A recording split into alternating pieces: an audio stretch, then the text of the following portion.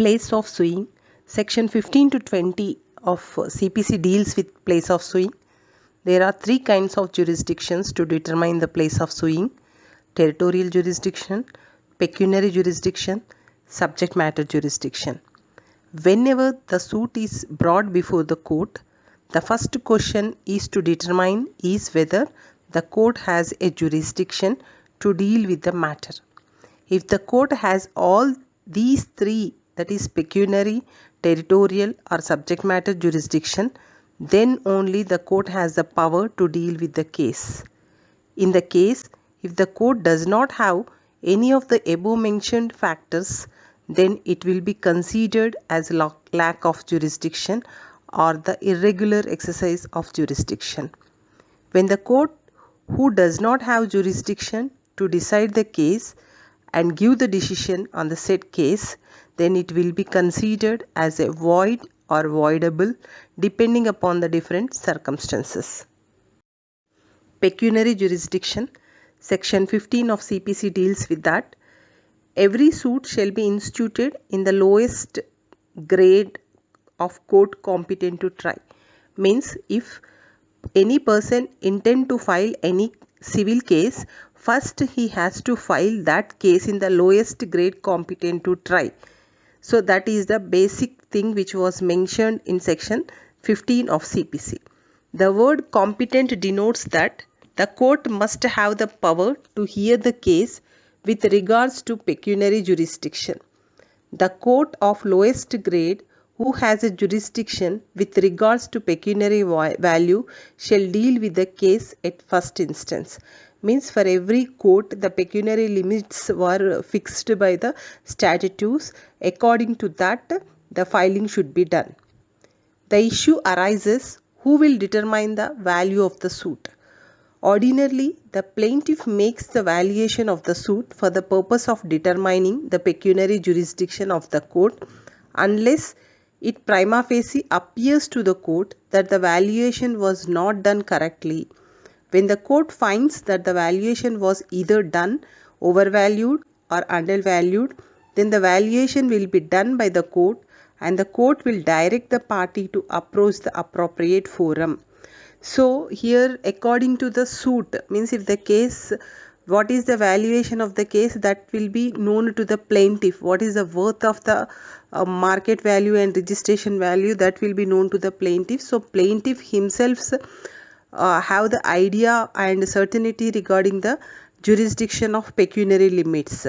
If plaintiff fails to put the proper means pecuniary limits, means valuation of the suit, then if it comes to the court while it is checking the suit, then the court considers that it is valuated wrong or even not overvaluated, then the court directs the plaintiff to correct the valuation. The jurisdiction of the court is decided by the plaintiff valuation but not the amount for which degree is passed. Means at the time of filing of the suit, the valuation of the suit is 3 lakhs only. But at the passing of the judgment, if the valuation of the particular issue was of 10 lakhs, then it does not mean that the valuation is improper. Let us understand from an example. If the court has a pecuniary jurisdiction of rupees 15,000 and the suit for recovery of accounts is filed on the valuation of suit done by the plaintiff. The valuation was rupees 15,000. Later the court finds that rupees 20,000 is due. In this case, the court is not deprived of its jurisdiction to pass a decree for that amount. It is the valuation done by the plaintiff to determine the jurisdiction of the court, but this does not mean that plaintiff is set free to file for any arbitrary value to choose the court in which he want to file a suit. So when the plaintiff is taking the consideration of the valuation, he has to do the proper valuation. So he cannot make the fraudulent intention. With the fraudulent intention, he can't bring the jurisdiction into his limits by wrongly quoting the valuation.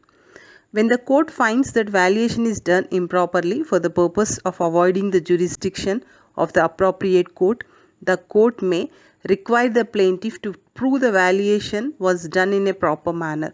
So if the court notices that the valuation is more and plaintiff intended to bring the suit in a particular court, he wrongly quoted the valuation, then the court directs the plaintiff to bring the valuation certificate whether the market value and registration value was the same which was mentioned by the plaintiff in the suit. Pecuniary jurisdiction of the court will be decided by the statute. At present, pecuniary jurisdiction of the JCJ court is up to 20 lakhs. Senior civil judge court is 20 lakhs to 50 lakhs. District court is from 50 lakhs to unlimited. Territorial jurisdiction deals with section 16 to 20. It is divided into suits related to immovable property, deals from section 16 to 18. Suits related to movable property, section 19, other suits under section 20. Section 16 states that suit relating to immovable property shall be instituted where such immovable property is situated. It talks about the institution of the suit with respect to recovery of immovable property with or without profit or rent, partition of immovable property, foreclosure, sale or redemption in case of charge or mortgage upon immovable property, compensation for a wrong caused to immovable property, determination of any interest or right relating to immovable property, recovery of movable property under attachment or distraint for all the above mentioned purposes. Means if the court attached the property, that is a movable property, and recovery of some immovable property under such attachment, means if the court attached the some immovable property, and in such immovable property plantation of mangoes were there. So in that in the seasonally the mango means the plants gives means mango trees gives the mangoes, and in duration of that the property which was cut from the trees comes to the movable property. So here the plaintiff intend to recover the movable property which was under the attachment, means already the court has attached the property as per the order 38. So attachment was done. So from that, if the attachment was done, if the property plaintiff intend to take the profits from that recovery of movable property, then from the above all, means recovery of immovable property, partition of immovable property, foreclosure, sale, from all the above things he can claim the movable recovery for the movable under attachments. When the suit is filed for the relief or compensation for wrong caused to immovable property held by the defendant or any other person on the behalf of defendant, where the relief can be obtained through his personal attendance, then suit may be instituted in the court within whose jurisdiction the property is situated, or the defendant voluntarily and actually resides or carry out business or personally gain. Here, when the suit is filed for the relief or compensation, means if something compensation is to be recovered by the plaintiff for the wrong done to the immovable property, means if the defendant done any of the wrong to the immovable property, if the plaintiff intend to claim some compensation for that, in such cases, so the suit can be filed in the two places, that is where the property is situated and where the defendant voluntarily resides, or if not carries his business or works for the personally in particular place. So these three jurisdictions the plaintiff can claim for the compensation for the wrongs caused to the immovable property. Section 17. Cases in which the immovable property is situated within the local limits of jurisdiction of different courts. If the immovable property is situated in the different courts, then here the plaintiff will have the choice that the jurisdiction of two or more courts have the jurisdiction. Then the suit may be filed in any court within whose jurisdiction a portion of the property is situated. But in respect for the value of subject matter of the suit, means he has to take consideration of the subject matter of the suit, whether the particular court has the jurisdiction of subject matter or not. But he will have the choice to file in any of the court. Section 18, a place of an institution when the jurisdiction of court is uncertain. Means if the immobile property belongs to the plaintiff or if not defendant was situated in the two or more places, and here to decide the jurisdiction it is very difficult, means it is very uncertain, because there are boundaries of the states or boundaries of the districts, boundaries of the mandals. In such cases, here the plaintiff cannot decide in a proper way that in which jurisdiction the suit to be filed. In such cases, so here the plaintiff can take his choice that he can file in any of the court. So where there is uncertainty, the local limits of the jurisdiction, the court of any means he can file in any of the court. If the court satisfied for the grounds of uncertainty, record the statements and it may proceed with the case. So in such cases, if the degree was passed by such court also, it remains as a valid to the local limits only. Section 19, suits with regard to mobile property when applicable, where the suit is for the wrong caused to the person or property. So if the wrong was done within the local limits of the jurisdiction of one court and the defendant voluntarily resides or carry on his business or work for personal gain within the local limits of jurisdiction of another court, then the plaintiff has the option to file at either court. So any of the court where the defendant resides or if not carry the business. So any of the court he can file. For examples, A residing in Delhi beats B in Bangalore. B may institute the suit either in Delhi or Bangalore. A residing in Bangalore publishes a defamatory statement of B in Delhi. B may sue A in Bangalore or Delhi. So either courts he can file a suit. Section 20, other suits to be instituted where defendant resides or cause of action arises. Subject to the limitations aforesaid, every suit shall be instituted in court within the local limits of whose jurisdiction the defendant or each of the defendant, where there are more than one at the time of commencement of the suit, actually and voluntarily resides or carries on business or personally work for gain, or any of the defendants where there are more than one at the time of the commencement of the suit actually and voluntarily resides or carry on business or personally work for gain, provided that in such case either the leave of the court is given or the defendant who do not reside or carry on business or personally work for gain aforesaid acquiescence in such institution, or the cause of action wholly or in part arises. Means here the courts other than the above said, the cases other than the above said have the jurisdiction to try against the defendant where the defendant resides or carry on a business personally for his work of for gain, and also where the causes of action arose, that may be the partly or fully.